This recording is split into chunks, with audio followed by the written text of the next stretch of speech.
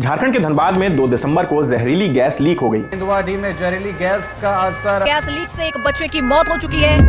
ये वही धनबाद है जिस पर गैंग्स ऑफ वासेपुर जैसी फिल्में बनी।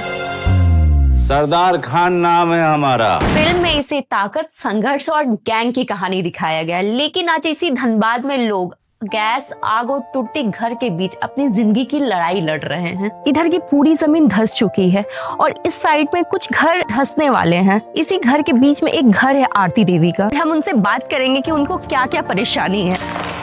घर देखो मेरा वो है, देखो दरवाजा दिखा रहा है ना जी जी, उसमें आग घुस गया और वहाँ से भागे तो मेरे हम लोग के क्वार्टर दिया। अच्छा। इसमें भी जमीन फटल है, इसमें भी धसल है। अब कहाँ भागे, अब घर मिलेगा तभी न जाएंगे। जिस धनबाद को लोग पर्दे की कहानी समझते रहे, असल में उसकी सच्चाई इससे भी ज्यादा कठिन है। वो है देख के जा है की कर देंगे, वो कर देंगे, कुछ ना कर रहे हैं। धुआं भक्कड़ बहुत गंध मारता है, रहने लायक जगह नहीं है। हम लोग अपना मांग रहे हैं कि कहीं जगह दे दीजिए, लेकिन नहीं सरकार दे रहा है। बाप दादा सब यही खत्म हो गया, अब हम लोग जाएंगे, उसके बाद ये लोग जाएगा। कोई समाधान इसका नहीं है।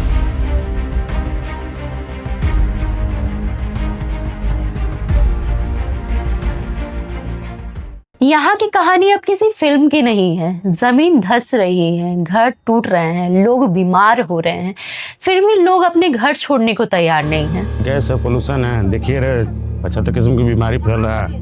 इस बीच हमारा माँ को भी प्रॉब्लम हुआ, जिनका भी इलाज हम लोग बेलोर में करा रहे हैं। सांस का प्रॉब्लम सबसे ज्यादा डस्ट और गैस के कारण तो सांस पहले तो फर्स्ट पेज वही है, सांस कोई दिक्कत कर रहा है। प्रबंधक कोई हम लोग को जगह दे, स्थायी रूप से समाधान करे उसका, उसके बाद ही कुछ किया जाएगा। बाप दादा सब यही खत्म हो गया, अब हम लोग जाएंगे, उसके बाद ये लोग जाएगा।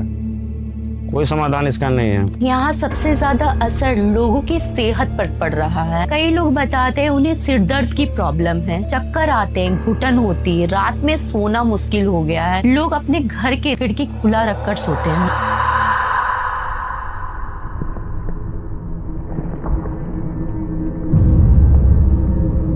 पहले इस घर में लोग रहते थे, बच्चे खेलते थे, पर आज इस घर को आप देख सकते, पूरे घर पे दरार है। जमीन के नीचे से गैस लीक हो रही है। आज लोग अपने ही घर छोड़कर कैंप में रहने के लिए मजबूर है। मेरे पास अब कोई वर्ड नहीं है बोलने को। इतना खराब हाल है इस घर का, और यहाँ पूरा परिवार रहता था, पर अब ये घर पूरा खाली है। पूरा दीवार फट चुका है, जमीन धंस चुकी है, जमीन के नीचे से गैस निकल रही है।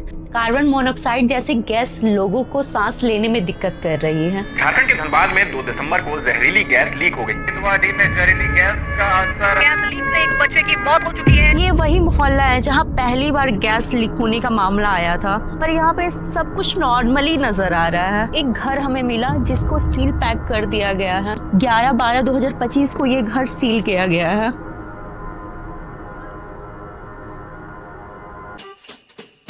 कैंप में नहीं जाते? नहीं, खाने जाते हैं। अच्छा। फिर रात में पूरी सब्जी मिलते है, सुबह भात, दाल और सब्जी। खाना अच्छा है वहाँ का? हाँ। सरकार और प्रशासन की टीम यहाँ मौजूद है, जांच हो रही है। एनडीआरएफ और दूसरी एजेंसियां दिन रात काम कर रही है। अभी यहाँ कई जगह बोरहोल करके नाइट्रोजन गैस डाली जा रही है। इसका मकसद नया गैस बनाना नहीं, बल्कि खतरनाक गैस जो पहले से बनी हुई है उसको कंट्रोल करना है।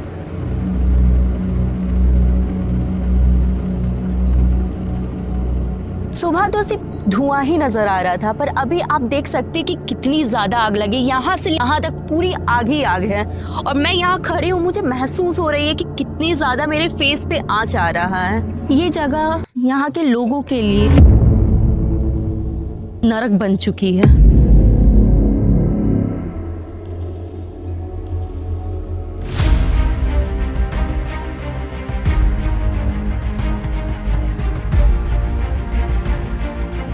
कागजों में ये कॉलोनी पूरी तरह तैयार मानी जाती है, पर आज भी जमीन पर देखने पर कई घर खाली है। मैं अभी उसी कॉलोनी में हूँ जहाँ पर झरिया और धनबाद के पीड़ित लोगों को बसाया गया है। मेरे पीछे स्कूल है।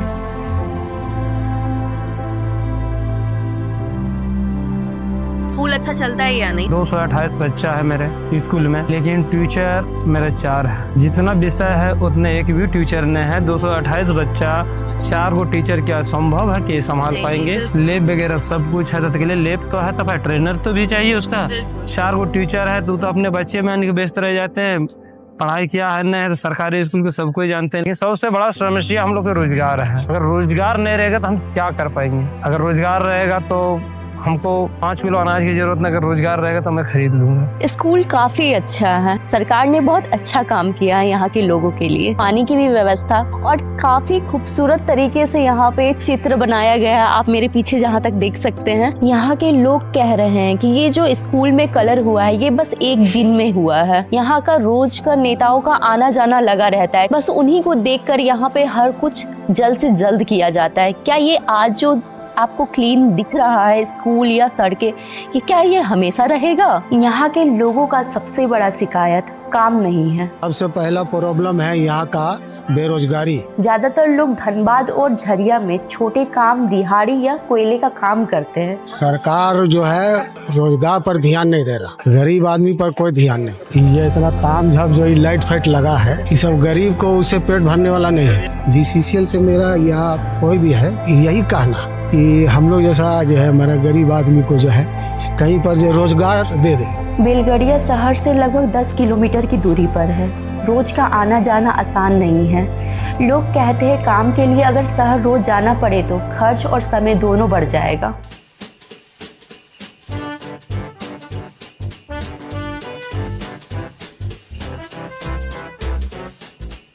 दर्पण कुमारी पढ़ती हो? हाँ। कहाँ? प्राइवेट मतलब सरकारी स्कूल में। क्या होता है पढ़ाई?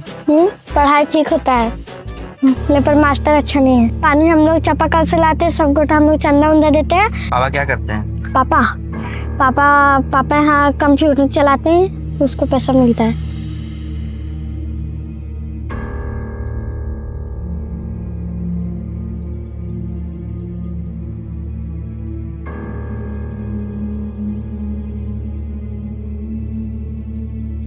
BCCL ने 2 इलेक्ट्रिक बस भी शुरू की है जो बेलगड़िया को धनबाद से जोड़ती है।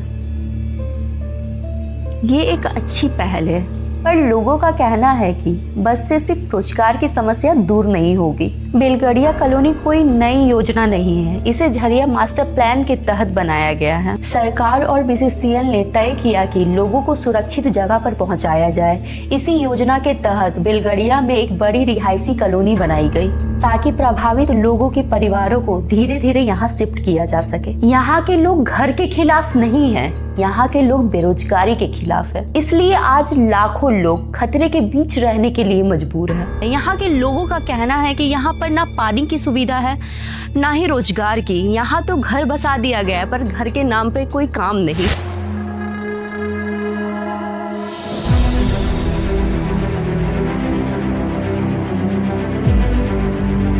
पर सवाल अभी भी वही है, क्या सिर्फ जगह बदलने से जिंदगी बच जाती है?